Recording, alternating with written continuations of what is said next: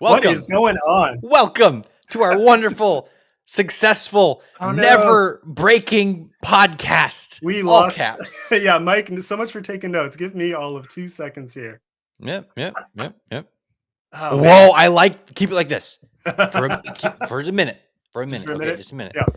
Welcome to All Caps. I'm Isaac Anderson, author of A Song of Bones and The Garden Maze. I'm joined by my co-host, Tim McKay, the author of The Fall of Self Andrea. And we're joined by a very, very special guest, Timothy J. Robare, the author of the Tales of Battle series and a lot of other things. Welcome, Timmy. How are you doing? I'm great, thanks. How are you? Fantastic. Timmy, and Tim. Tim, get us out of this thing.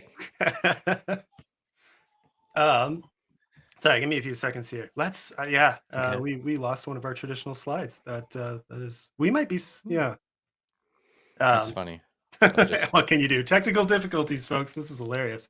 I believe that's our normal background. This is unique. Let's this is getting better. It's just getting better. Okay, let's just do the podcast like this. So I'm good Timmy, with it. As Tim McKay is fixing this issue, because we can't stay like this, Tim. As we're doing this, tell us about you're in Oregon right now, right? Is it rainy over there right now? What's it like? Rain today, sunny today. It was sunny for a week, rainy for a week. Also, I feel like I'm on ESPN with this. Yeah. Thanks for answering that really boring question. Here's a better one. You've been all over the world, right? I have, yeah. So, were you in the army? Are you a time traveler? Are you Doctor Who? What's going on? I wish I was Doctor Who because it would make it a lot cheaper to travel. Nope. I decided after college I was going to just take off to Greece and Egypt and Italy. And then after that, I did things like spent 3 months living in my car to save up to do 3 months in Europe. I worked like 74-hour weeks for 4 years straight to travel. And I just kind of got addicted to it. And I found ways to do it cheaply and just kind of, I love it. It's like I love writing, but travel is probably the one thing I really, really love because it's totally freeing. Right. Yeah. What's the craziest place you've been to? I mean, what was the first place you went to? Like, first place is Italy. Italy? What? Yeah. Well, technically Canada. Why Italy? Why Italy? Because all the romantic poets, I studied them a lot in university, and all of them went to like Italy and Greece to become mature writers. Essentially, it was like their travel of maturity was to go to the classics. And I was like, I was obsessed with John Keats and Lord Byron, so I said, you know what, I'm gonna do it too. It worked for them. So, have you read Hyperion? No, I mean I've read bits of it, but not like straight. John Keats is like pivotal to the end of the universe in Hyperion. It's very fun. Really? Yes, you should read Hyperion. I read it like a month and a half ago. I've started it several times. Got the first chapter, like it's fine. Then I put it down. Then I finally said, I'm gonna sit down. I'm gonna read this because people say it's the best thing ever, and it is. It is the best thing ever. You should read Hyperion when you get the chance. I'll keep that in mind. John Keats is like my dead romantic man crush. So you will love Hyperion. You will love Hyperion if that's true. All right, really quickly, guys, I'm going to switch to. We're going to get a quick preview of one of your books, Timmy, and I'm going to take it off the screen after. Oh, are you kidding me? There we go. Okay, hooray! So, this is a little bit normal now. But I think so. Don't worry, I still have your book on another screen. But what I'm going to do is this. I thought that would. This is the best episode ever. This is great. This is awesome. I have no idea what I have no idea. It's like Restream has maybe made a change. Maybe they have a glitch. Oh, you know what? Okay, let's see. Yes, we're back. We're back to normal, and now it's a little bit. Now it's normal and boring. I like the other one personally. No, I don't want that. Look at that. We've got so many options here, folks. This is so wonderful. This is terrible. Yeah, Mike is right. Interview balding, it all goes downhill. Yeah, Mike, you rubbed off on us somehow. Somehow your presence caused something. Yeah, we are absolutely blaming you for this, Mike. Thank you so much for coming on, but never do it again.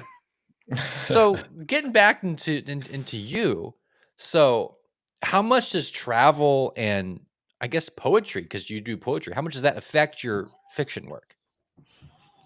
I wish poetry affected it more, but I feel like it's a totally different outlet for me that I utilize. Hmm. Traveling, I would say, impacts me a lot based on who I meet, what I learn, what I see. I try to implement that writing wise. And I think no matter what, when you experience something so deeply, you integrate it whether you want to or not to some extent. But Yeah. definitely more so the people, some of the histories and things, you just kind of want to put those in, even just for little like head nods almost. Mm-hmm. So the book you're showing off right now on Twitter, that's the Tales of Battle. That you have a new one coming out, or is it about to come out, or is it already out? Book three is with the editor right now. Ooh, that's Okay. exciting. So what is that series about? It gives me kind of Redwall vibes, give me a little bit of Chronicles of Narnia vibes. Definitely What Redwall was the vibes. inspiration? I mean, I grew up loving Redwall. It is like Mhm. probably what got me into reading in general and writing, Yeah. actually, probably. Um, Now I just reread it and I realized that reading it when I was in fourth grade is crazy because it's really not for kids as much as you think it is. No, it's very violent. It is. I didn't realize that when I was younger, and then I just read it back last year, and I was like, man, this is way more crazy than I remember. So I also am a lover of Game of Thrones. I was like, man, an adult Redwall with more humanistic characters and like a wider world would just be fun. And I was working at a gas Mhm. station the night shift, and I had a notebook, and I just started kind of going with it. And then I really didn't even think it would amount to much. It was right after I graduated from university. And I was like, I don't really care. This is just fun. Um, I also played Tekken with like King, which is the leopard or Okay. jaguar or whatever. Yeah. And I was like, okay, he's my favorite character to use. So let's like implement this a little bit. Um, yeah, and now I have 6 books finished, books 1 and 2 out, book 3 with the editor, and you want to You've know what written it's 6 about of too? these already? Yeah. That's wild. Oh my So goodness. did you have all 6 done before releasing even the first one, or have you been going? Okay. No, I only had book 1. I didn't even know I'd get past book 1, honestly. And then I remember sitting down trying to write something. I was like, man, I'm not done yet. And it just Hmm. kind of the characters just kind of came back, and then I wanted to end it at 3 at that point. And I was like, okay, I'm going to end it at 3. I made 3 what I thought was a pretty good ending. And then I wrote a prequel because I was like, okay, I want to write a prequel that has like a lot more magic and is just kind of Mhm. more wild and fantastical for me. And then once again, I thought I was done. I was like, okay, 3 books and then a prequel. It's cool. And I went to write again. And I was like, no, it's not done yet. So I expanded my world, made these other characters. That's kind of like, it was also supposed to be a prequel of some sort, but then I ended up putting it on the same timeline and then merged them all into all these characters in the book 6, Hmm. for like an actual ending for sure. For But That's just sure. very also kind distinct. of 100% sure it's not released yet. I'm 100%. I have a book 7 in mind that's just like a fun book with some side characters that people seem to like a lot. Mhm. That come into book 2 and more into book 3. My editor my editors like them. A few of my beta readers really like them, and I was like, okay, what would you guys think if I did a book 7, but it's just like a smaller book just about their adventures? And they like that. So it will not go more than 7 for 95% sure. Fair. And then do you have I mean, I've seen that you've already put out a few other things as well. Another actually I really loved the cover for this, so I'm going to show it off just for a second. If you're willing to talk about Oh it, but I no. saw this and no. Not at all. I don't know. It um caught my attention, but the yeah, cover and is then great. It's just it was meant to be like a I was doing Tales of Battle and I was so ingrained in it that I was like, I need an outlet for myself to get out of it. Because Tales is pretty dark and some of it's intense, and I just felt like I was so deep into it that I couldn't do anything. So I was like, I'm gonna do this ridiculous novel on the side. I'm gonna have my editors just give it a flat edit, nothing really spectacular like I would normally do with my other works, which now people have actually bought this book recently in the last couple of months, like multiple people, and I haven't marketed it at all. And I'm like, why are you guys doing What are this? you doing? Um, That's so yeah, funny. because I market the crap out of Tales, and then this one Yeah. is selling, and it's really not like great writing. It's just a really ridiculous story with a wolf in a astronaut helmet, basically like a bowl, which is why it's called the Wolf Bowl series. And Okay. God is coming back to like destroy the universe. And Lucifer's a good guy, and there's knights, but they're all based on emotions, so they have different powers, and they're kind of related to like the Greek gods and everything. And then Ra and Anubis are in it, and God is trying to basically kill all the gods. That's how Christianity became, was God killed all of them. But you have this ridiculous wolf, this ridiculous sci-fi setting with these like humans that have expanded across the universe and these other weird aliens that I just threw in there. And yeah, So and this pure silly chaos. talking wolf. Yeah, basically. But It's I just can see why people would go. I mean, yeah, I'm immediately intrigued. So that's the you've People sold like it the weird more right stuff. now. That's really funny. That's really funny. Yeah, you talk to authors sometimes about the like it doesn't sound like a throwaway to me, but you know the ones the ones we try to keep under the rug, so to speak, after we move on, and somehow people still find them. So I get it firsthand. Trust me. So it's really funny to me. Was it not would my be cool to get a intention. cult following, honestly. If it got a cult There following, you I would go. laugh Yeah. and think it's hilarious. You know But what? We'll make it happen. Starting tonight, we'll make it happen. That's It so says funny. on the top there that it's book 1. Are there more Wolf Bowl stories? You got any more in you? I did start writing book 2 where you meet like Shiva and Buddha in these different planets that are like in Thor. I can't remember if Thor is in book 1 at a bar or book 2 at a bar, but I just bring in like I make the gods like these basically aliens that are forever. Mm, So I did start a book 2. I just have not finished it because I didn't really think I do actually want to do it because it was fun to write because you really it pour sounds yourself fun. into your work. You pour yourself into your work and you're like, oh, I want this to be perfect. So it's fun doing a novel that you're like, I don't even care if it's perfect. I just want to do it. Yeah. I think you need that. I get it because I'm experimenting and having written darker books to start off. It's nice to have a breath of fresh air, something more playful, where you just let your imagination go wild and see what shows up on the page. And even if it doesn't get published, it's just what a relief, you know. And it gets you back in the game. Um, It but keeps you fresh, I feel like. It keeps you yeah, fresh instead of always hammering. You're hammering your sword too much, you're going to break it. So instead, you yeah, go to an axe and you're like, you know what? I'm going to sharpen this axe blade a little bit, just see what it's like. yeah, yeah. I'm gonna Yeah. flip back to here we go. Yeah, but no, that's really funny to me. Because again, I immediately saw it and I thought I could see that it was published before, and same thing where I haven't seen you talk about it as much, and we'll flip to your second cover soon because I wanted to ask you about that too. But I immediately thought this looks really intriguing to me. Why? And I wondered one question I was going to ask that came to mind. I noticed the size. I think your other books are significantly longer than that one. I wonder if size had anything to do with it too, with marketability. I don't know.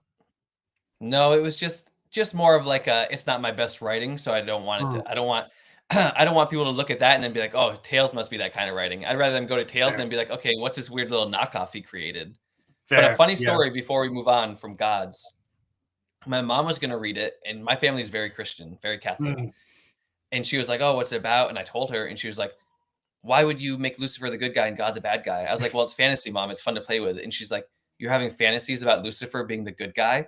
And I was like, "That is not what writing fantasy means, mom, but I guess yes." I And think they over were appalled.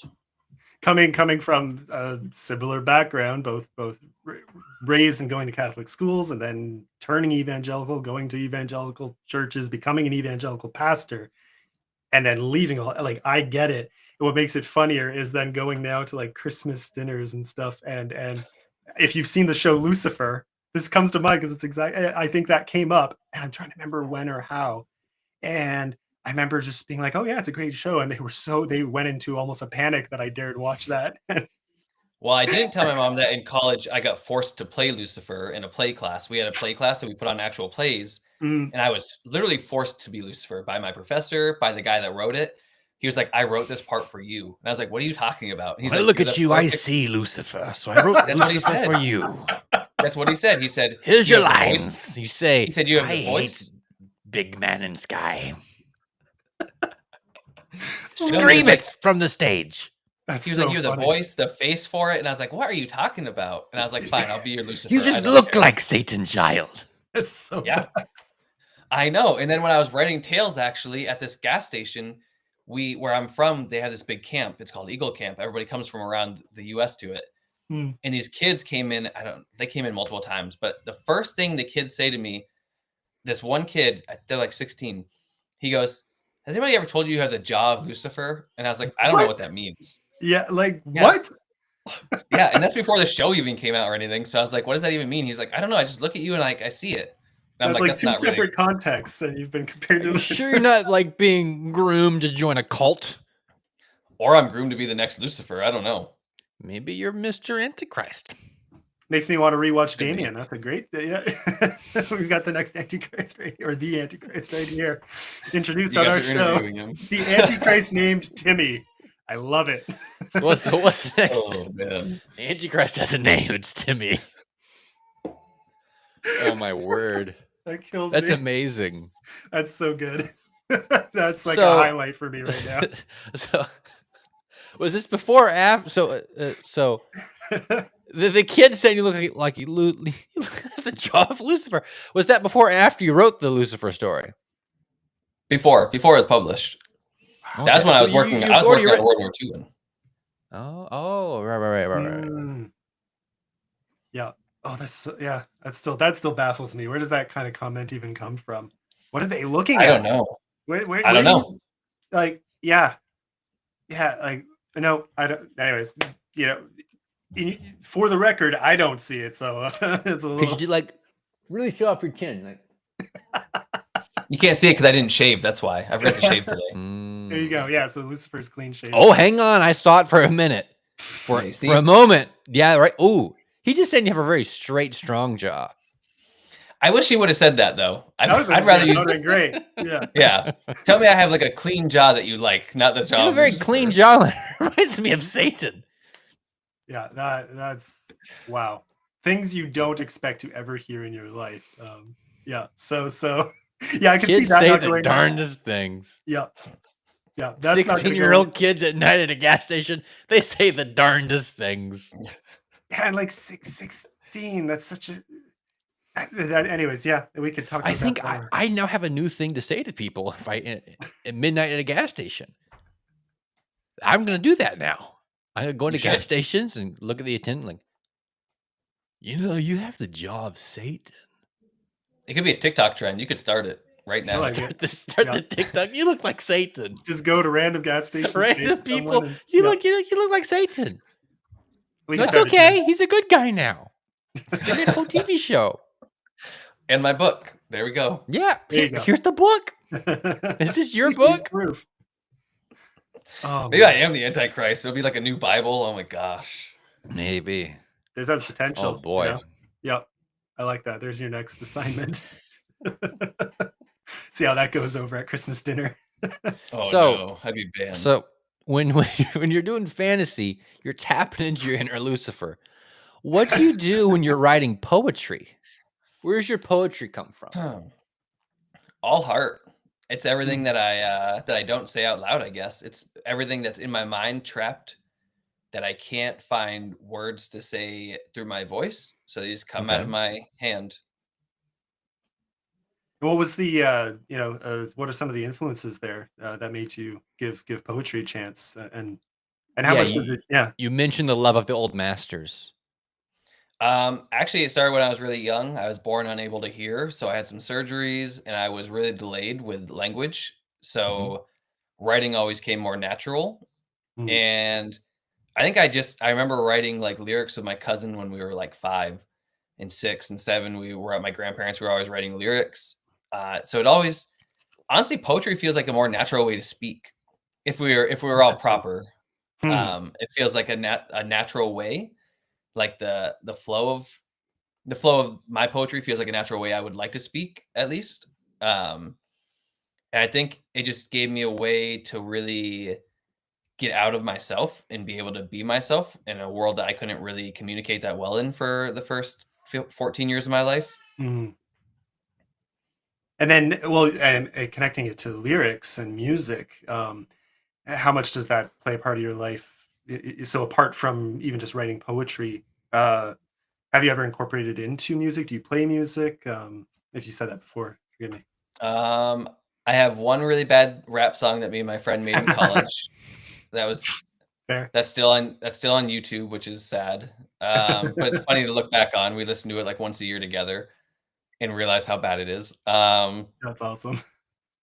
For a while, I taught myself the piano in college, but now I've forgotten it because I feel like if you don't play it constantly, then it's very Mhm. difficult to remember. Yeah. But I mean, I love music, and I think I love to put music in my novels. I love that kind of stuff. So I think poetry always has a place for me. I think it does for most people, whether they know it or not, whether it's in music or whether it's Yeah. any form, free form or whatever it is. So I do like to incorporate it in my novels, especially because you watch The Witcher with the Bard, and you watch Game of Thrones, and Ed Sheeran comes on and just sings a random ass song. Um, Yeah. so I think poetry and music just has a place, especially in fantasy. Yeah. I mean, look at the Hobbit and Lord of the Rings and everything, even. So Yeah. I mean, Yeah. Although you hear a lot of complaints or debate about that, which gets fun. Because I do talk to reviewers and booktubers sometimes who say, "Oh, enough of all these songs and prophecy." Those are the two that seem to get complained against the most. And I'm thinking, I think of these examples, and there are so many of them where it's done well. Yeah, I feel like people well, complain about things done poorly, but when they're done well, they can make a story so much richer. I think so. I mean, I just speaking of Redwall earlier, there was one of the Redwall books, one of the last ones I just read. The little voles or whatever they are, little river rats. I forget what they are now, but they had this like badass warrior song, and I was like actually moved by it. I was like, "Whoa, I can feel this in the way that he wrote it." And I think that's the power in it. If you can use the poetry or the song or whatever you want to call it, if you can use those lyrics and you can make it like you can make people feel it, Mm, then that to me is well worth it. yeah, yeah, do you know who absolutely. Brian Jakes wrote those stories for? He I feel like volunteered to you read. Sorry. No, go ahead.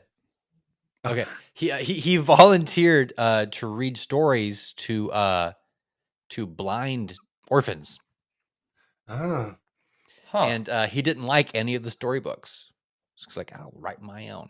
So all this stuff he wrote with the blind children in mind. So he was very careful how he described things and very clear in a lot of dialogue, a lot of character. So he when he uh, wrote those stories, he was keeping in mind exactly who he was writing for. It was these kids who couldn't see. Uh, that's that's wild. cool too, because some of his books involved the blind badger lord Yeah. female. So that's pretty cool, actually. Oh Wow. yeah.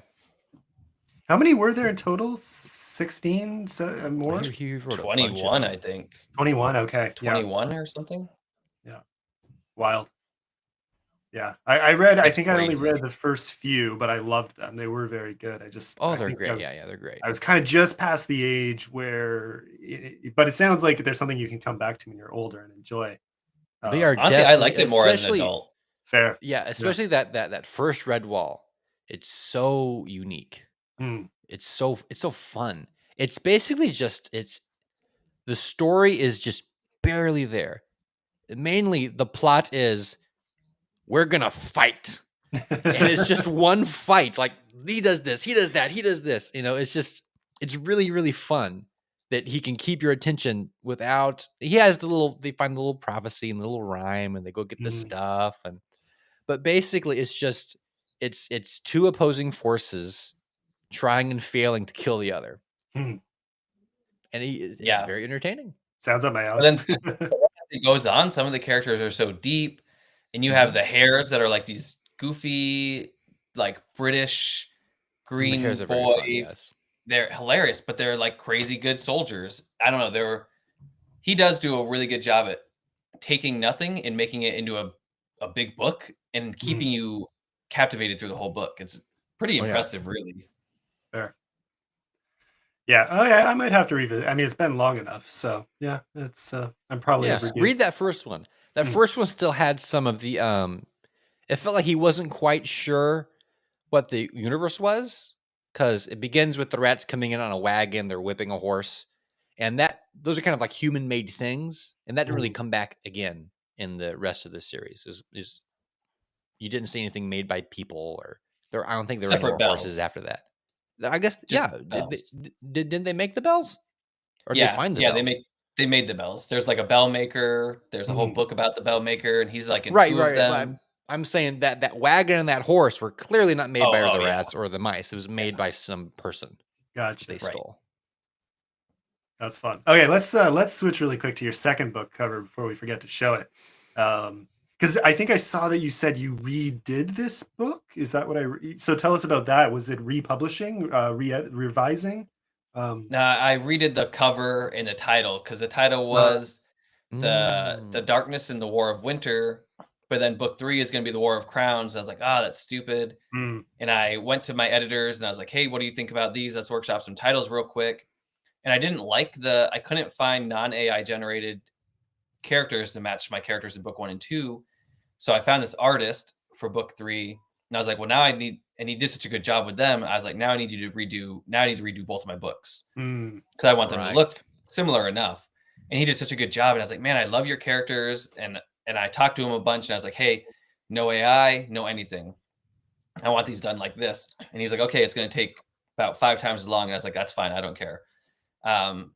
So he did them. And I was like, well, if I'm going to redo the cover, then I want to do a title that's more fitting and that's not going to clash with my other title. So I came up with about 12, and my editors were like, okay, I actually like this one. It's good for the novel. And seeming they, went through the novel, I was like, I'm going to trust you on that, and cleaned it up. And now it's way better than it was. That's awesome. So does that mean both of these are new covers then compared to old ones, or? Yep. Okay. Yeah. Because these are fun. It's a fun style. Thank you. Yeah, I really like them. It has that Redwall flair. Yeah.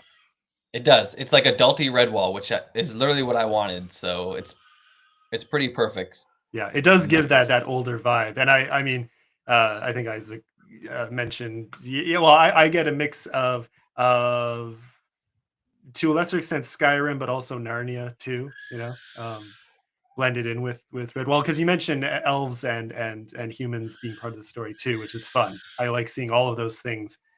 Yeah, potential for a lot of chaos, but really fun to see so many different anamorphic races combined with more classical fantasy. There's potential for a lot of good fun in there. Yeah, so 6 books. That's 6 books of that to look forward to. That's kind of And tell us about the editing process. I'm curious because you keep mentioning your editor. So yeah, I'm curious about where you found them, how long you've been working together, just what that process usually looks like for you. So I go through Writer's Journey services. Okay. Laura is actually she's from the same island I am. She's older than me. We didn't know each other on the island. But when I moved back to the island after university for a year and was writing, one of the other people from the island that knows both of us was like, hey, do you know Laura? And I was like, no, I don't know her. So she hooked us up, and she was like, okay, let me help you. I've been in this for a while. And then her and RB created Writer's Journey. So I get 2 editors, which is awesome. And they both do different things, and they're amazing. So I send it to them. They send everything. We argue a little bit.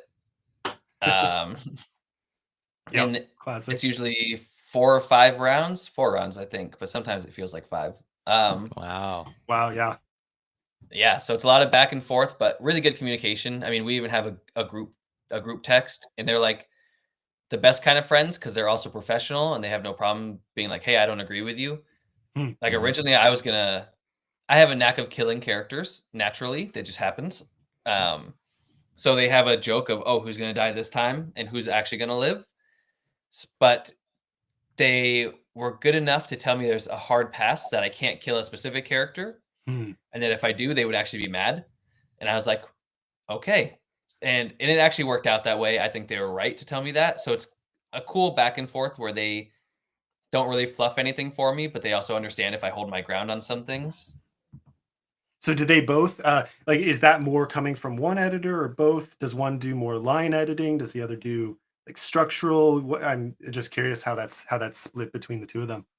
Yeah, they split the different editing processes. One does do line, one does structure, one does formatting, Okay. Yeah. and yeah, so they each of them does two different pieces. So you go through one first for 2 rounds, and then the other one for the other 2 rounds, which is actually even better because I get two.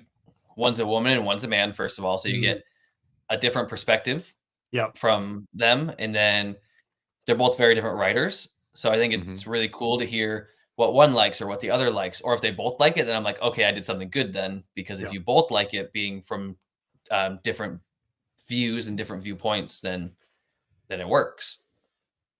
Fair. That's a thorough process. But so very, yeah.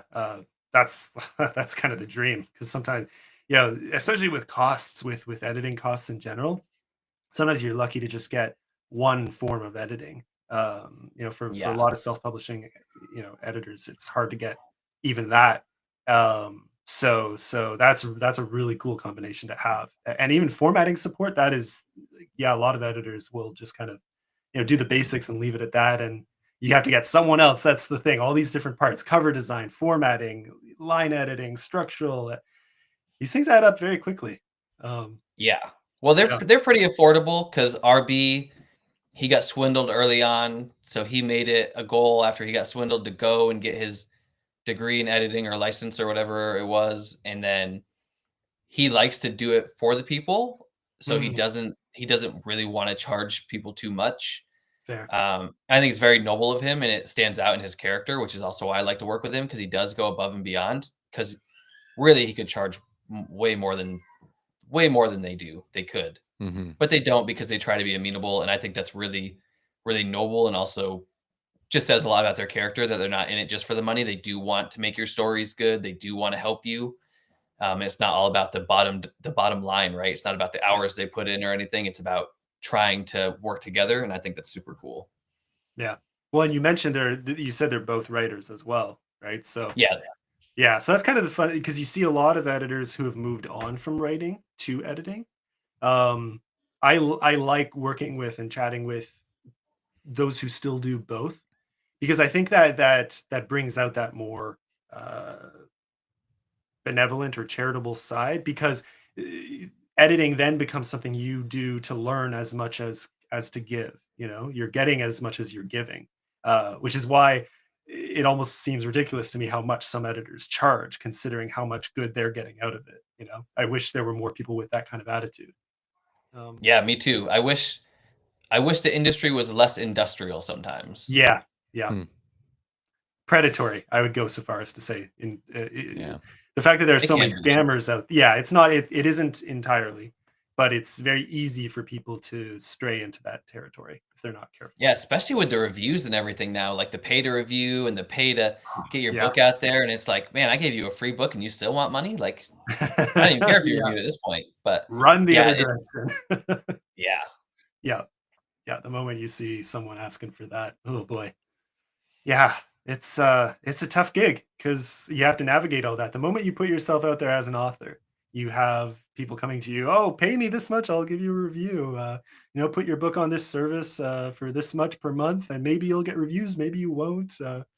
Yeah. Sometimes, well, it's either pay to play or community, or a bit of a blend of both. If you're lucky, you can keep the cost down with community. You know, yeah, yeah. And that's even luck. And that's why I admire people like GRRM, because his social Mm. media game is so bad, but he's so honest.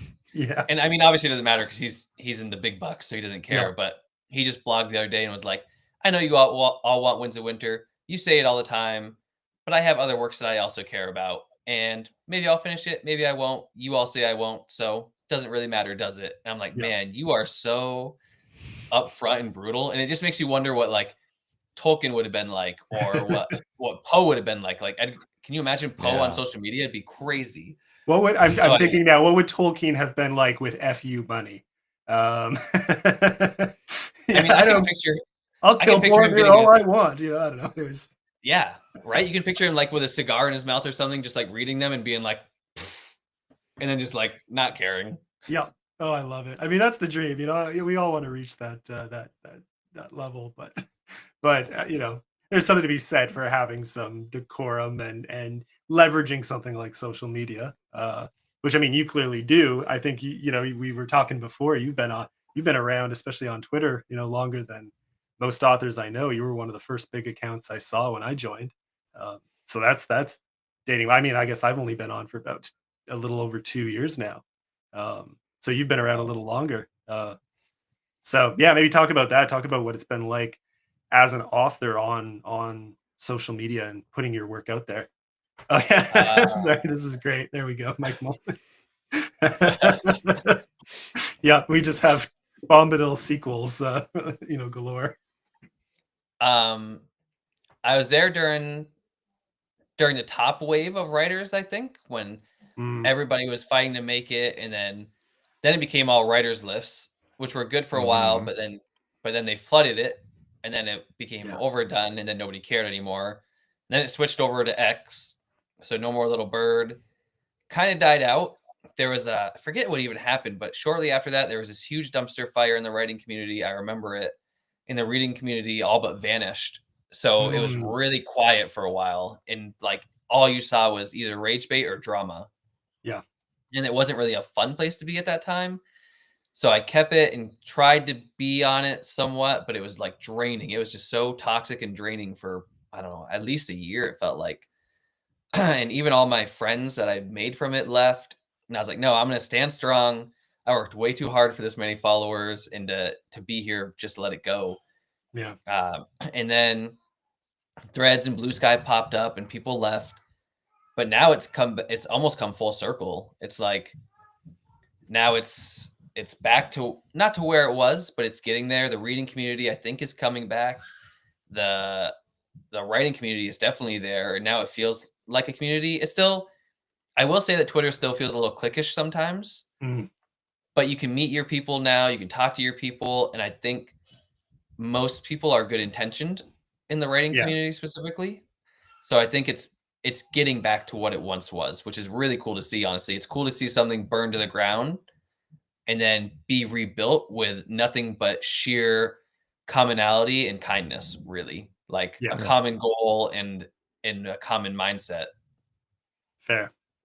Yeah, I think I even looking at metrics. I think I joined, and right around then, I think a lot of that happened.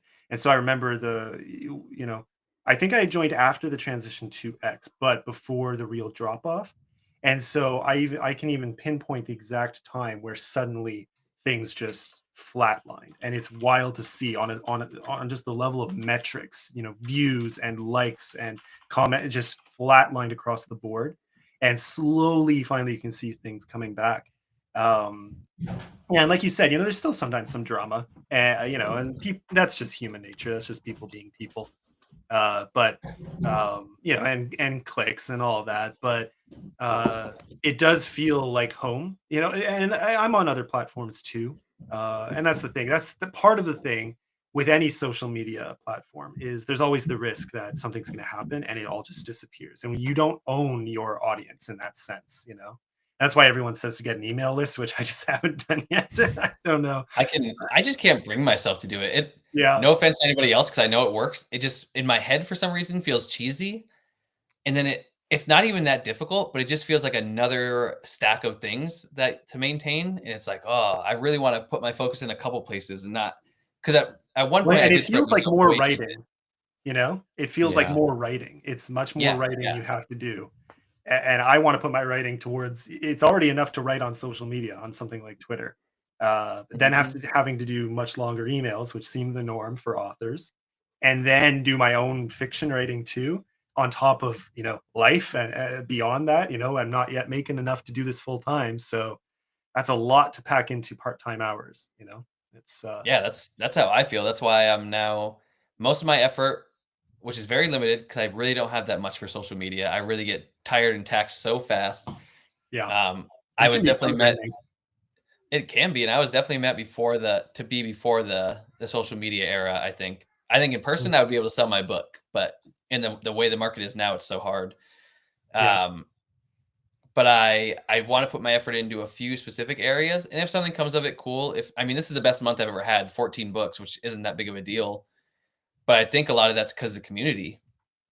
So I think I got Mike's email, I think yesterday. That's fine. I don't even know if I don't know if I knew you had an email list, Mike. So now I might have to get on just to see what the Mr. No 500 pages. Mike has a fun one. I Mike bet. gives I updates believe about it. how many books he's sold. He has a little graph sometimes of like this happened at the show. It's a very fun email list. I don't know how I've missed out on this because Mike's Twitter is always, or X, whatever you want to call it, is always fun to follow, especially for those conference updates. And I love Bald and Balding, but yeah, I don't think I knew about this at all. So Mike, you got to step up your game. You got to be telling us about he's gonna plug it right now. He's about to plug it. Yeah, there we go. Whoa, Hey. we got 1,132 subscribers. Damn. That's pretty Maybe impressive. we should get email lists. I think maybe Mike is smart. Mike Mike be like onto sells something. things. Yeah, Mike sells things. Some of my friends, writing is everything for them. Mm. For me, I went to college and got it, but I work out every day. I go play basketball about 6 hours a week. I go mountaineer. I travel. So I What do you think do the for time work? is I'm a teacher. Mm. Oh, okay. What do you teach? English.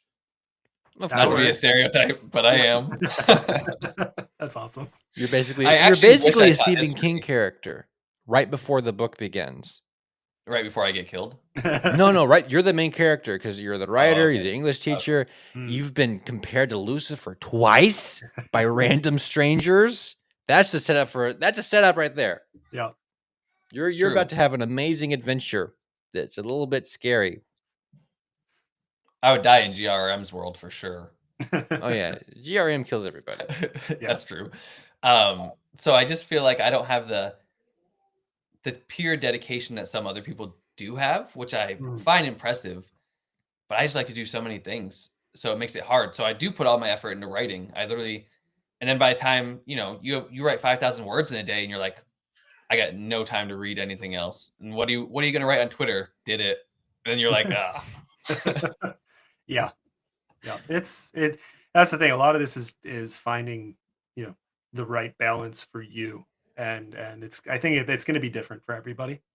But it can be so hard because then you see people doing all these things, and I just don't know how they find not just the time and not just the energy, but it's also activating different parts of your brain.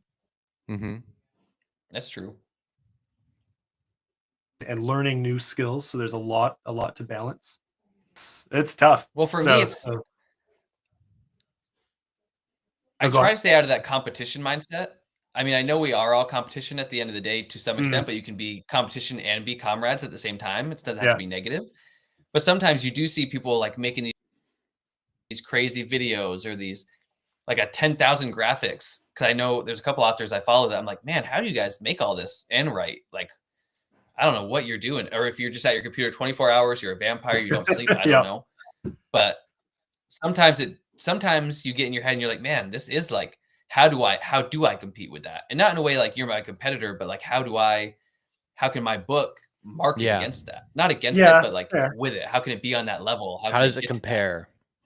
Well, I just think of it in terms of learning from each other. That's the benefit of community is you can see what other people are doing. And if you're having these kinds of conversations, you get to know a little bit more of what's really behind the scenes, what, the day-to-day struggles. And that helps you push through your own, and you can get support. You can ask advice. When I took down my first two smaller books to republish as a longer piece, I got advice from a few authors who had done something similar.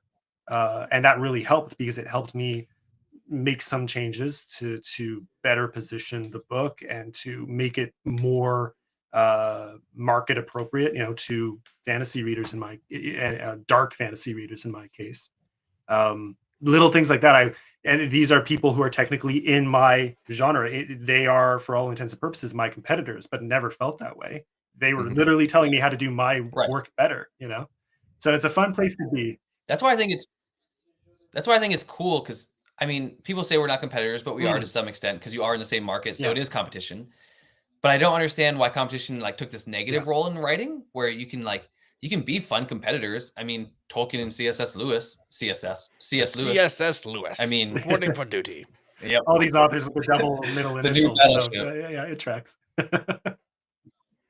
But like you can be best friends and be in Yeah. the same market. Like it doesn't have to be anything crazy, but you're still like at the end of the day kind of competing. But that's kind of the fun. It's cool to have that. It's like a fun competition rivalry, like Yeah. sports kind of realistically. You can like play against each other and then high five each other and be like, "Good game. See Yeah. you next time." It gets Like, me energetic. Which is funny because I think maybe even in 5 or 10 years ago, I might have felt differently. But there's something fun about this kind of competition. I think Matt Falcon was talking about the same thing on X, funny enough, recently, and he got a lot of flack for it, for daring to say that, hey, we are kind of competitors, but we can still be friends. I think I Yeah, saw and that. it was the little things that people get into drama about online can be very entertaining. It can't. Well, in university, they even told us that. They're like, you guys are all classmates, but like if you're going in the same field, you're competitors. You're competing for the same jobs. You're competing for the same following. You're competing for this, and it's like, yeah. And then one of our teachers specifically, she's very positive, hippie, coolest teacher ever. We went to a pub for our Nice. final, and she just like was like, let's get drinks, let's get food. And it's like, you're a professor, but okay. And she was like, you are competition, you are going for the same things, but you can also be the same network and be friends and be like help each other get Yep. things too. She's like, that's the cool part. You could compete for one job, but one person could get it and be like, hey, this so and so has this skill. There's a job opening. So it's like you might have competed for one job, but you can also help the other person get a different job. So it's she explained it to us like that, and I was like, Yeah. Well, and reciprocity is a powerful thing.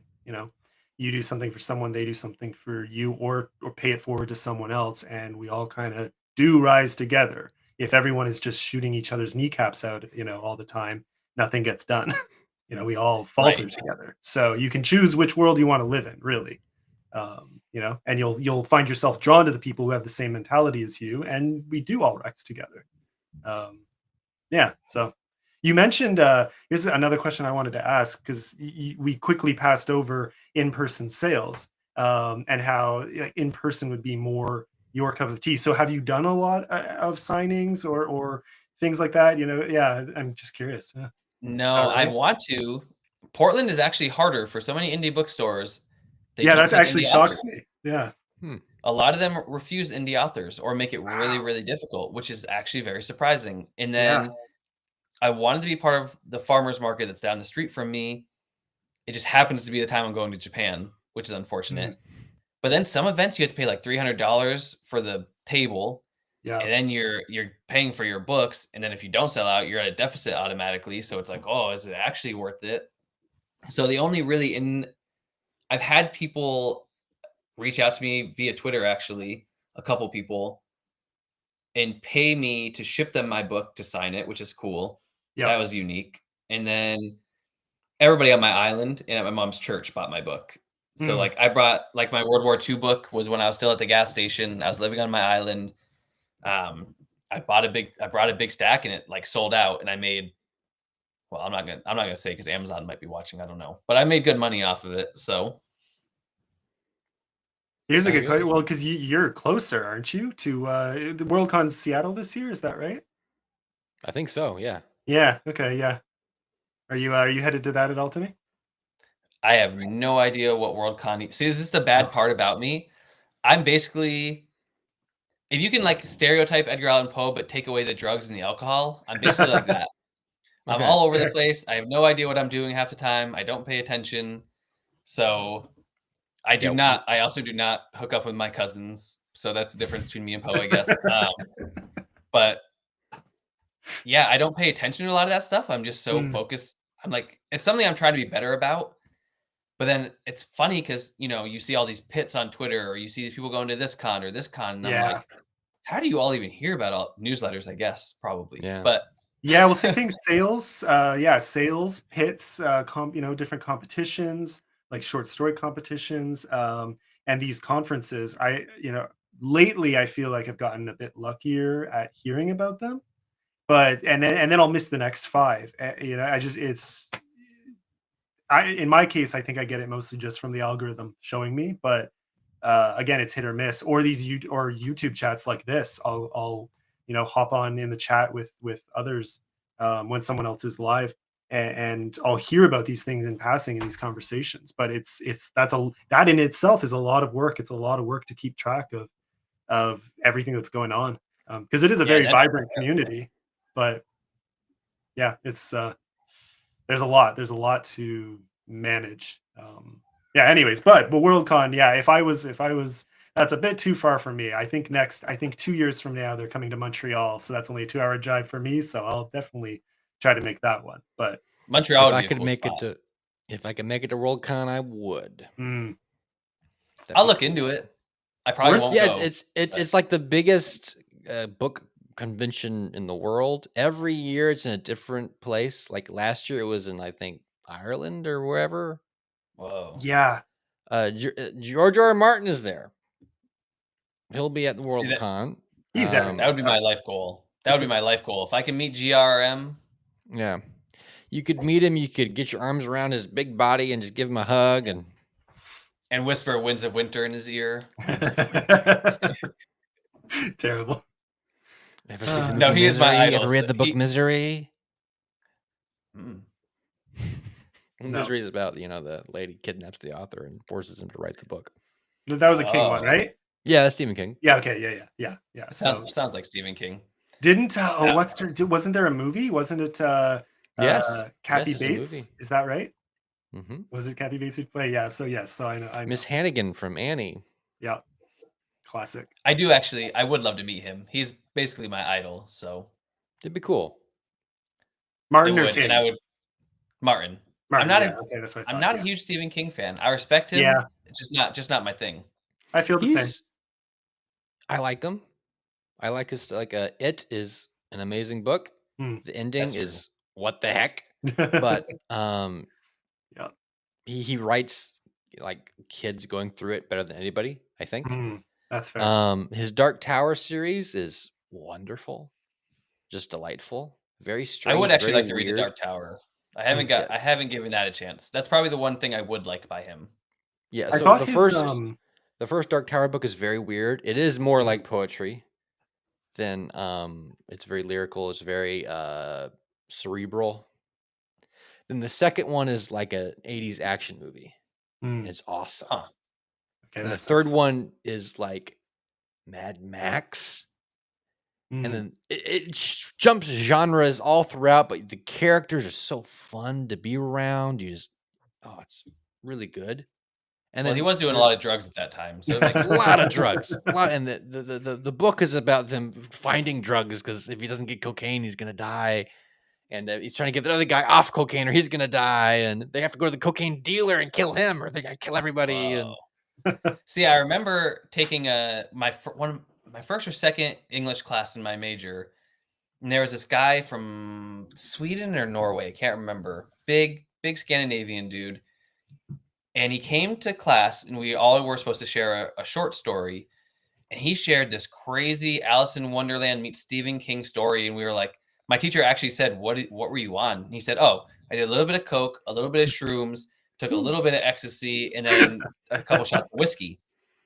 And I was like, that makes sense. I can see that. I can see all the different drugs taking place throughout this little short story. Legend. And I was like, I'm going to try that. So I tried starting with like a drink. And then I remember trying to write. And I woke up the next morning. I was like, let me see my genius. And I read it. And I was like, this is shit. Yeah. I was like, nope. Yeah. I was like, I don't Stephen know how he King, did it. But he said that he wrote an outline for the Dark Tower books, like as he was beginning, like this is my outline. But he got really drunk, and he like got on his motorcycle, and I don't know if he wrecked his motorcycle or what. He lost the outline in the wind, and he didn't remember anything. But he knew it was the perfect outline. He lost it. He couldn't remember what it was, and he's like, crap. So that was one of the first things that made him say, maybe I should stop the substance stuff. But he's like, I'll keep going a little bit more. Fair. it works for some people. It worked for Stephen King. I'll say That's that. very true. It worked for Stephen King. feel Like like the it probably second to also- last book is really, is probably my favorite one actually, where the characters know they're in a Stephen King book. And What? Stephen King in real life was hit by a car. And when he was recovering, he was like, I have a masterwork. I haven't finished it yet. I've been delaying it. I've been lazy. So he himself is in the last few Dark Tower stories as Stephen King, dragging his feet, not sure how to end the story, as the forces of evil are like, don't finish the story, Stephen King.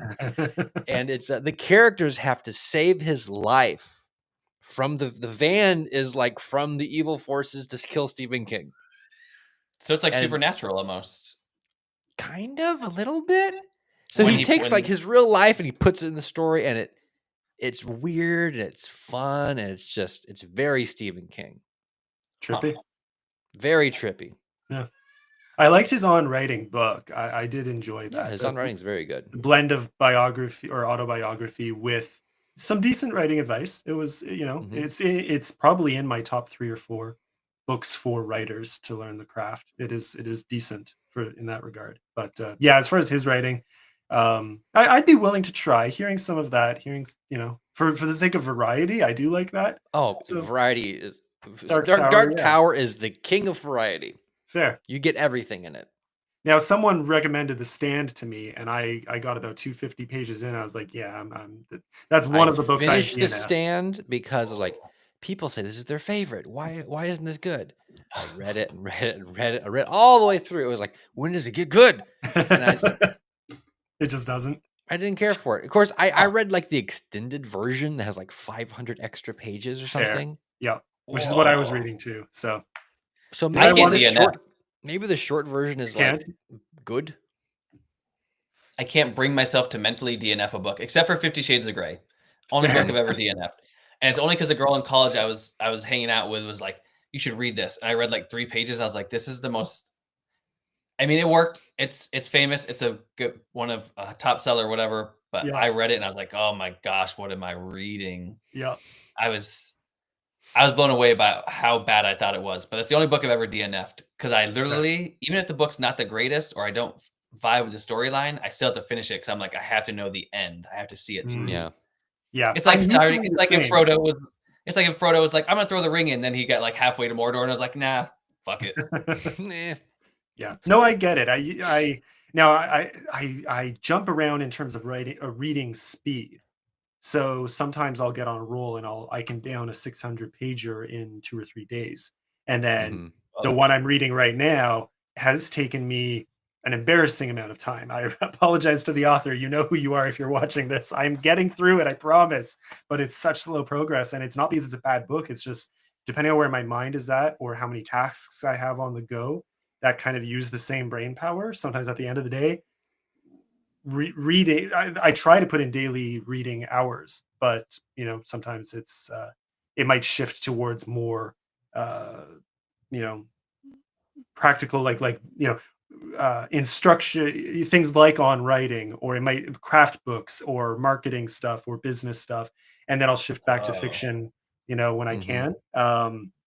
Usually fiction and reading is how I end my days. But if I'm writing now, are you someone who can read something in your genre at the same time as writing? Oh yeah, I'm reading The Wheel of Time right now, and I'm crushing it. Fair. But I'm only on book 3. So when I get to book 5, where it apparently gets very stale, then I'll see how fast I get. How are you? But yeah, I mean, I love it. In book 2 and 3, they just get better and better. So it's like, and it's irritating in some ways because I've never seen anybody describe every single tiny little detail so much as him. But it's also crazy that he managed to basically make a movie of each book. Like, exactly what you're looking at. Exactly what it's like. Every single tangible piece of detail. So it's actually really impressive. It's just sometimes if you're already tired, you're like, well, this is too much, so I'll pick it up tomorrow. But you it's just incredible. described it well, though. I think not many books not many books try to, and many books can really paint that visual picture in your head. And there's something to be said for these are different mediums, but I tend to really like books that you don't have to give me all the details, but enough for me to watch a film in my head as I'm reading. I want Yeah, I well, want to be part of the story. I watched the show first, at least season 1 and 2, and I remember Oh. all my friends being like, "I hate the show, it's so bad," and I was like, "No, it's pretty good, it's fine." So then I started reading the book, and I was like, "Well, now I need to watch the show because I'm curious." Now I'm watching the show back, and I'm like, "Gosh, this is awful." I was like, "This is literally butchering someone's work." Like, you're not Yeah. just straying from the source material, you're actually just destroying the story itself, which makes no Mhm. sense. But the books are incredible.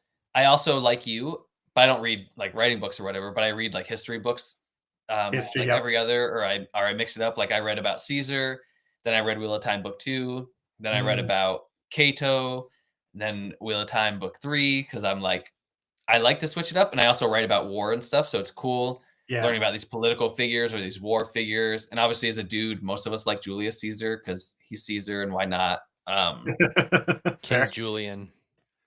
And then I'm also arc reading. So like you, I'm really slow, Mm. but it's because I'm arc reading I can't read on screen. I literally can't. I read like 8 paragraphs and I'm like, oh, my head. So poor Olivia, I messaged her. I was like, I'm getting through your book, I swear. And she's like, I just thought you thought it was garbage and didn't want to tell me. And I was like, no, it's literally actually just because it's on a computer and you're competing with Wheel of Time right now. So Yeah. like, I've had a few Yeah. people say the same thing to me, and I feel terrible. And then and I'm like, no, you're about to get a 5 stars from me once I've finished. I'm getting there. I promise. It's a good book. that's what I told her. I said, you're getting a 5-star. Don't worry. I just have to get there. And then I Yeah. emailed her today and I was like, okay, I got 2 chapters, but I also want you to be a beta reader on my 150,000 word novel I just finished to tell me what you think, because I don't know if I like the ending or not. And she's like, when do you need it by? And I was like, whenever. I have so many books that I need to edit. It doesn't really matter. Yeah. I was like, I just need to know if the ending's terrible or not. So it's funny because I'm like struggling to read her book, and I'm like, hey, 150,000 words. You're up for it?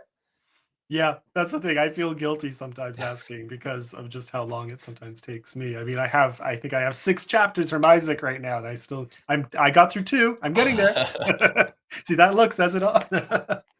If you give me a book like the Wheel of Time book, I'm crushing. The game, A Song of Ice and Fire, I killed all 5. Granted, I took like 5 flights Hmm. in that That'll summer, do it. but I murdered those books. I went Yeah. through them.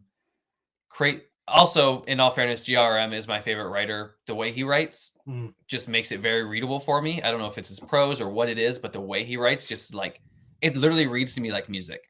It's Yeah. so fluid, and everything is, for me, the perfect amount of detail. I love the Wheel of Time detail, but GRM just gives a little bit less to where you can play with it, but just enough to where you know what he wants you to do. Yeah. Mhm. And to me, that's actually probably the most impressive line that an author can do as a reader, is to give me enough for me to know, but give me a little to Yeah. wiggle it Yes. myself. So I read those insanely fast because it was just like, I was engulfed. The world he built, the way he tells his story, there's not really a dull moment and everything's pertinent. Whereas maybe the Wheel of Time, that's not always true. Maybe not Yeah. everything's pertinent, but it's still a great story. Definitely not everything. Which Which is fine, and it's one of the series that shows you don't always have to close every loop. Which now that might be partially because he passed away before the series ended, but I found the ending very satisfying. Brandon Sanderson did a really good job tying it off. So something to look forward to. Those last 3 books I think are fantastic. Um, yeah, I have but heard. there are still open loops, and I found that perfectly acceptable. And so you don't always have to save the cat, so to speak. There are ways to tell the story where the main plot lines you can close, but you can give the readers enough that the world still feels open, even if the story is not. Um, Yeah, I think that's I think it's also, if you can do that well, I think Yeah. it's what you should do. It's just if you can do that well. Just because obviously when it's a Yeah. huge series. When you have a big, thick, crazy world, you can't tie up everything. And if you do, it's probably too Yeah. tedious. You're like tying 10,000 knots when you can tie like 5 It's gonna and be make like the everybody ending happy. to the Return of the King movie. Like, It ends. Yeah. It ends. It ends. yeah. Which is how that's the thing. In fantasy books in particular, and in some space operas, have you ever seen where the ending feels like it. So you were talking about, pulling off your endings well, so I'm curious. Um, because that's the thing you see a lot is you see, you'll reach that climax, and then the climb down and the resolution and that can be very hard to do well, and it tends to drag on in a lot of books that I read. Um, It drags on writing it, yeah. honestly. This book I did today that I sent to my friend, I was like, I literally have been struggling. I wrote, I think like 135,000 words in, I don't know, like Mm, 18 days or whatever it was. But then the last 10,000 took like 2 weeks. Cause I was like, I'm at the climax, but now I don't know what's too much, what's too little. Do I want to tie a neat bow on it? How much do I leave open? Cause I don't do cliffhangers. I mean, we were trained in sure. uni not to. I don't really like to do them anyway. I think they're kind of a Mm, cop out. No offense to people that do them, it's fine. To me, it's a cop out if I do it in my story to be like, oh, here you go. Because, like, when am I mm. going to get to it? What if I have a car accident? Then you all are never going to know. Then you're going to be pissed and blogging about me for See, I have eternity. no qualms with that whatsoever. But no, I do try to give enough for the reader to be satisfied. But yeah, no, if I passed away and people were left wondering, that'd be really funny to me. It means people read the book enough to be angry. That's true. Or maybe There you go. Sanderson will finish it for you. Yeah, call But call Daddy but I think there's Sando. also a fine line between yeah, exactly. But I think there's a fine line between a cliffhanger and Fair. an open Yeah, ending. exactly. That's So true. it's like so leaving an open ending is fine, and I'm trying to tread that line with this current work in progress, which is why I sent it to her because I was like, "Am I treading the Mm, line well? Is it like open ended enough, but closed enough to where it feels like okay, it's done, but there's more, or am I dropping you off and like, yeah. what the hell?" So Yeah, you still want them to be satisfied rather than confused. Yeah. right, but you also want it to be able to move on. You want it to be able to, and that's one thing one of my professors really, really hammered into us was, you don't want to leave someone just hanging on a cliff, but you want to have them, if they're on a cliff, you want to have them have a footing so they can Mhm. kind of stand there. And I was like, that's, and I remember him saying that because I was like, that doesn't even make any sense to me because at that time I Yeah. hadn't written a novel, just short stories. And I was like, that doesn't even make any sense to me. But now I get it. It's like you want to leave them hanging, but not literally, not like hanging too much. It's a weird and difficult line. And when you're at the climax, I feel like, as at least me personally, I look at it and I'm like, shit, getting here, easy. Finishing this part, Fair. so hard. Yeah. Very fair. Quick question. Okay, we've got a game as well. I don't want to take too much of your time. I think we're almost at game time. I think it'd be fun to dive into that.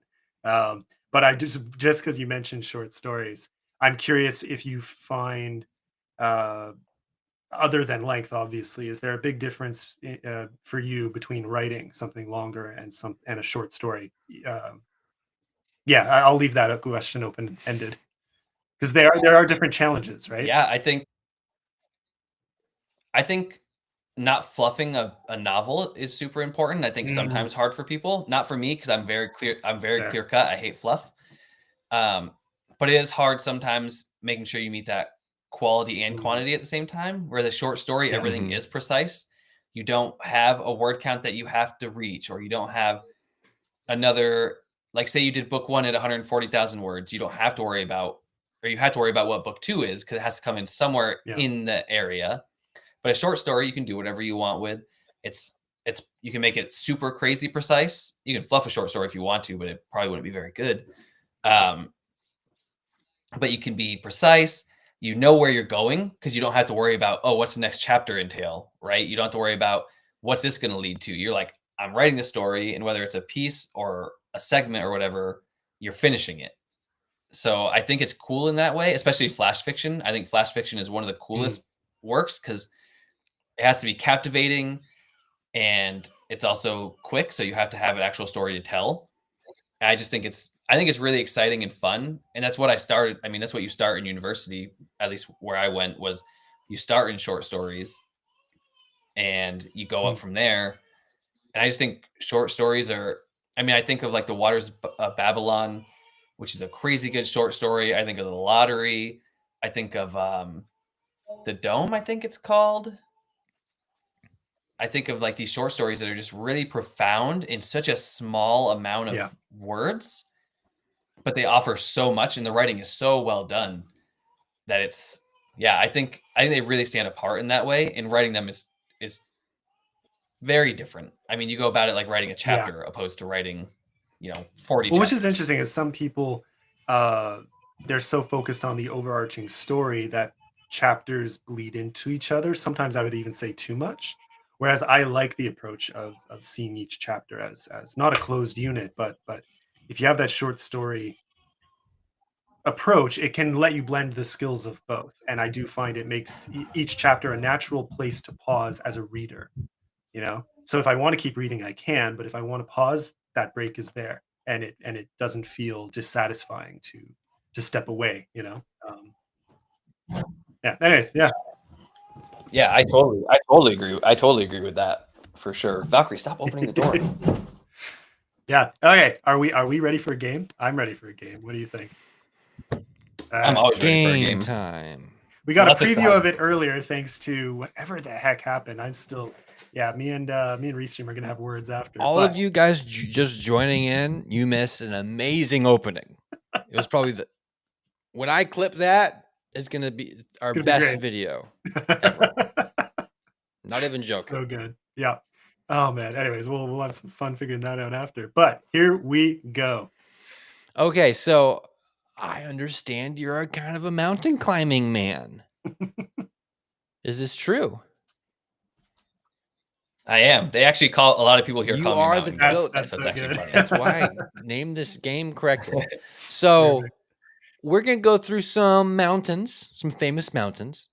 And I'm going to ask you, besides gosh. normal mountain equipment you've brought with you, what is the one item you would bring to this one mountain? Just to ensure your climate is a success. Okay, Let's you ready? begin. Let's Very do it. first mountain, I figure we do an easy one, Mount Doom. So what would you bring with you to ensure that you have a good climb here? Like, I hear that it's a pretty good, it's not that hard of a climb. I mean, you could climb it being like absolutely does Gandalf exhausted. You count? can make yourself get up there. Does Gandalf count? Like you're talking, is this like a To little bring, toy? you mean? A little toy Gandalf, like an action figure? No, I'd like to Ian bring real McKellen? You're Gandalf. bringing Ian McKellen with you?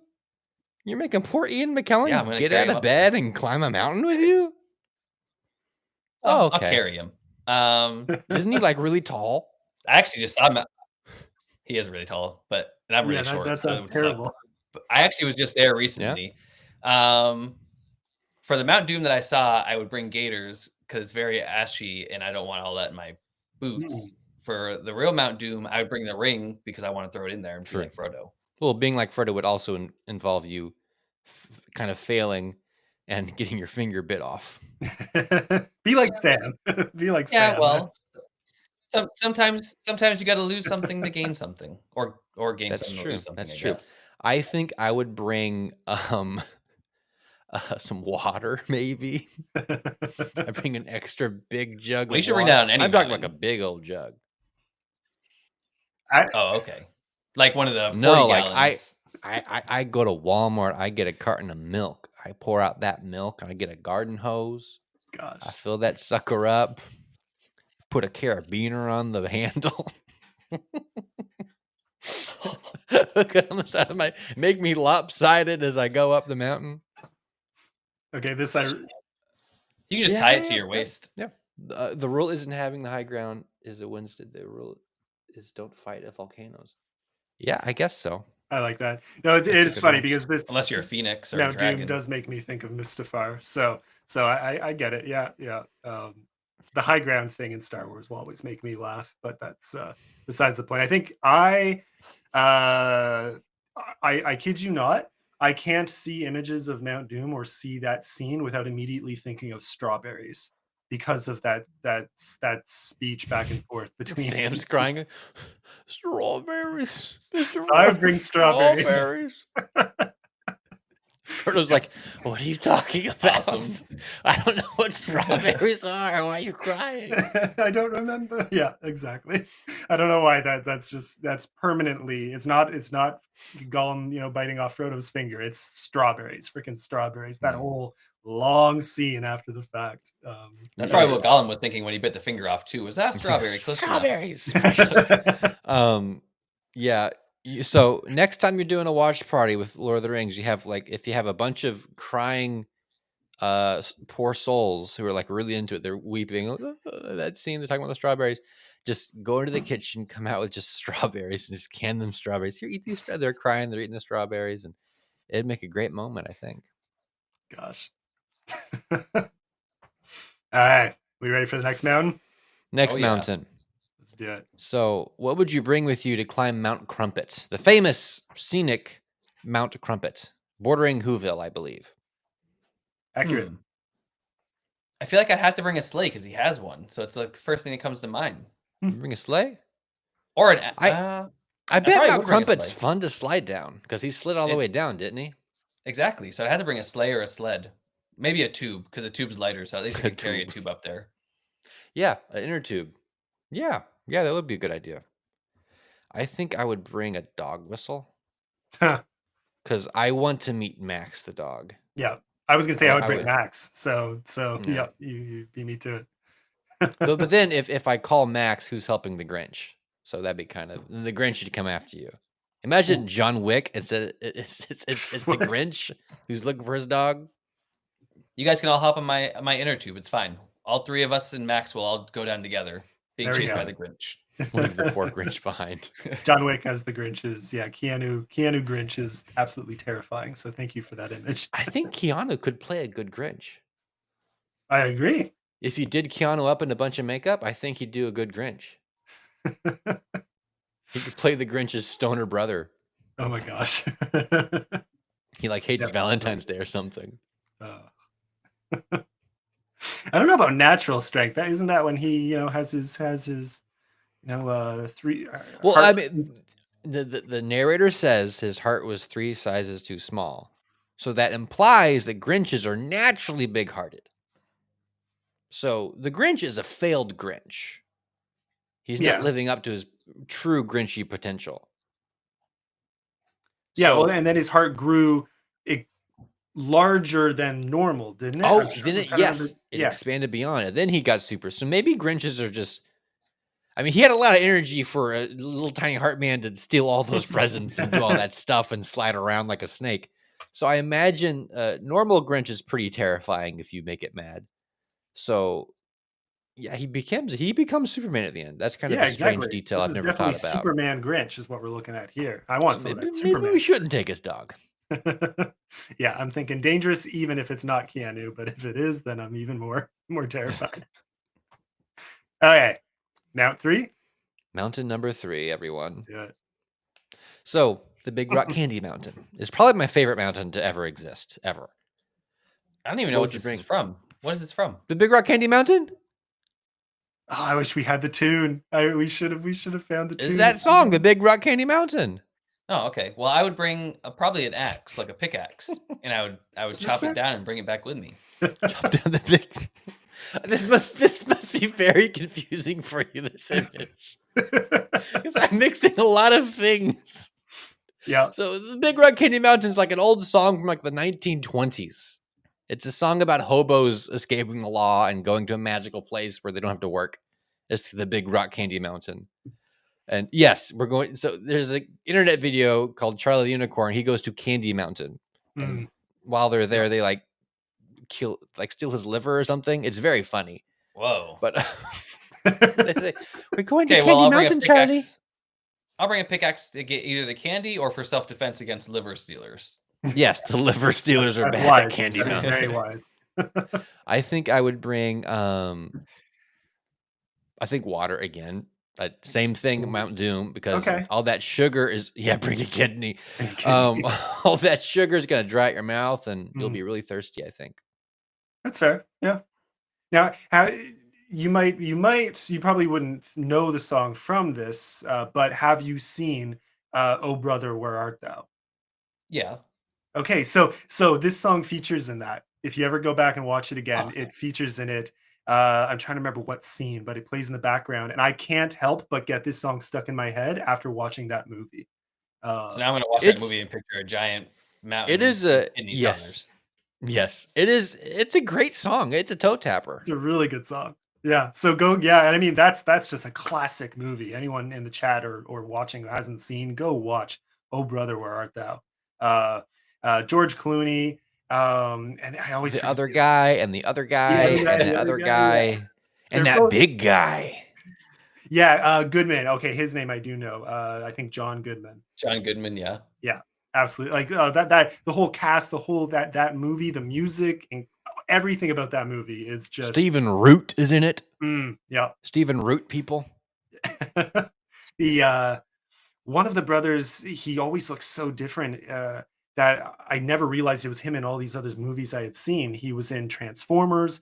He was he played in Monk. If you ever watched Monk, great show, and he played Monk's brother for a few seasons. You are incorrect. He is not in that movie. In which one? In Oh Brother, Where Art Thou? You're talking about Monk's Steven brother? Zahn? Steven Zahn? Pretty sure Monk's brother. Absolutely, he's one of the two brothers. No, I know who you're talking about. Yes. So Yeah, I'm thinking of Monk's other brother. Yeah, his yeah. secret brother. Gotcha. Yeah, no. I'm talking about the. Okay, I'd we have have to look it up totally on gone IMDb. off in the weeds and lost everybody. Anyways, all that to say, watch that movie and you'll hear and listen for it. You will hear this song in one of the scenes. Or to save a lot of time, just Google Big Rock Candy Mountain. No, That's you what have I'm to gonna have do. the You can probably experience hear it while off they're of eating YouTube. squirrel. I think of this song while they're eating squirrel for whatever reason. Just Well, I can just YouTube it. I can YouTube that video, that part. You can YouTube the part, yeah. It's part of the experience. Oh, okay, whatever. But I just want more people to watch Oh Brother, Where Art Thou? Because it makes me so sad when I meet people who haven't seen it. But yeah, We watched it in college, actually.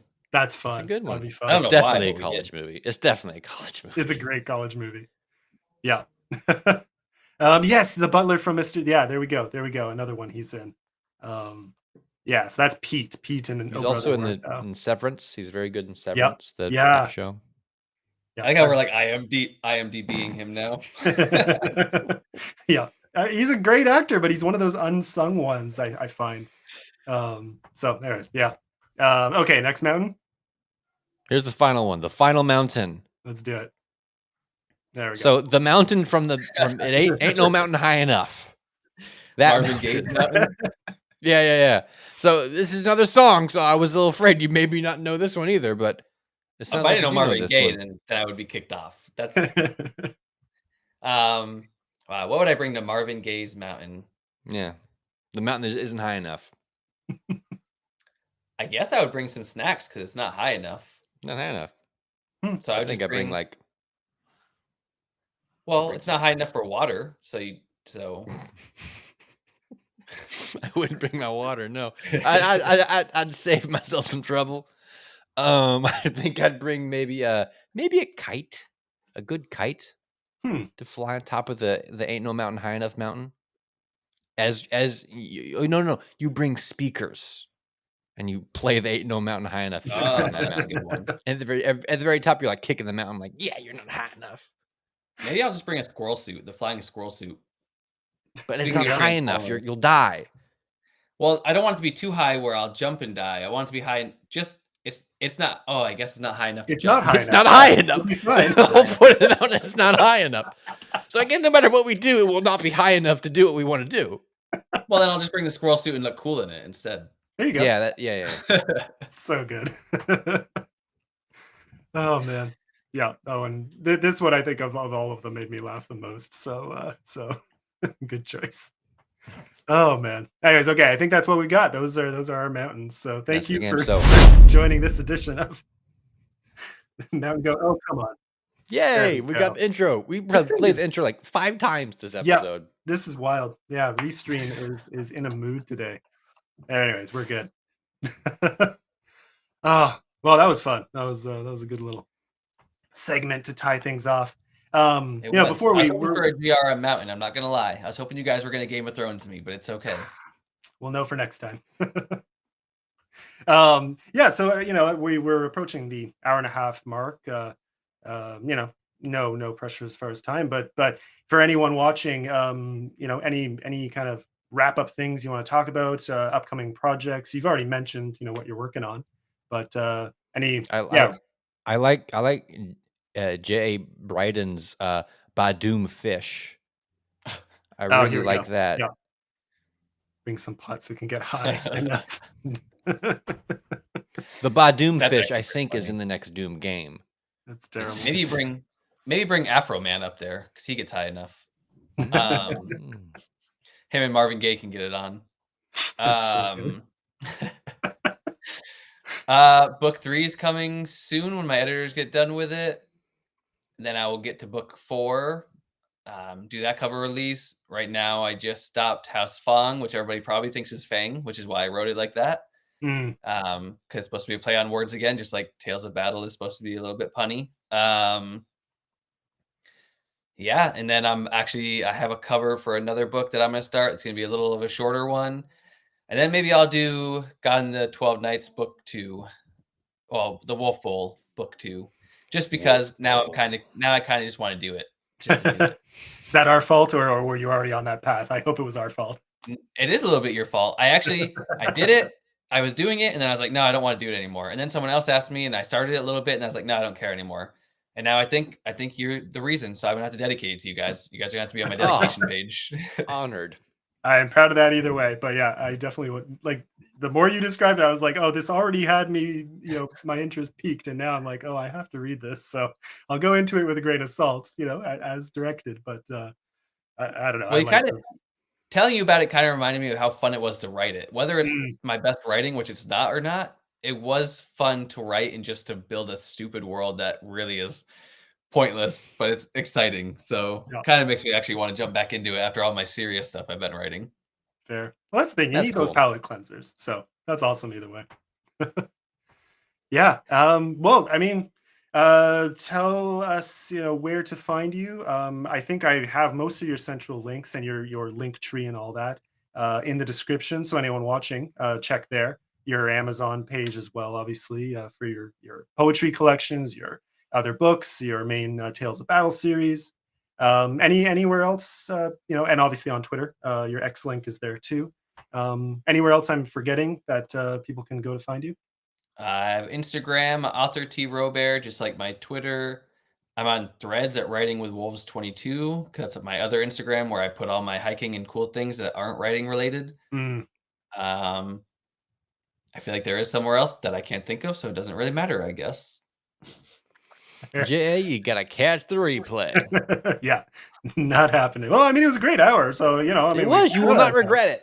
Yeah, especially the beginning. The beginning is the best we've ever done. The first 3 minutes, pure gold. Amazing. Well, thank you for putting up with us, Timmy. It was jokes aside, a really fun time. So, yeah. No, thanks for having me. I thought it was exciting. It actually kept me on my toes and was fun to watch for me, even. Oh, yeah. So you never know what's going to happen next. One of the joys of all caps. But yeah, no, I mean, these are so much fun to do. You get to meet people from literally all over the world, all over the continent. Chat about this awesome thing we do that we all love. Yeah. So honestly, you and I didn't grow up that far apart, I don't think so. Well, yeah, because you said you were just below the border. So yeah, I was only less than an hour and a half from Montreal. So fair, yeah. So I assume you're toward Ontario. I assume I'm in Ottawa. Yeah. So yeah, okay. So yeah, only just a fun fact before I leave. Ottawa is the only place I've ever been robbed. Huh. Wow. Tim McKay, did you rob him? Well, we're gonna have to end this chat. Did you take my brand new, really bright yellow sneakers? Oh, that's funny. What? Yeah, they took my brand new yellow shoes and something else. They took something else. I don't remember what it was, but I just remember my shoes because I just bought them and I was like, yeah, I can't wait to run in these. And I went out to my car and I was like, no. My GPS. They took my GPS. Oh, that sucks. Oh, I thought maybe they stole them off your feet. Like, hey, you, take off those shoes, Take them off your feet there, Hey, you hoser. Hey, you with yellow shoes, Give me them. Take them off, You just laces too, Yeah, you get laces too, yeah.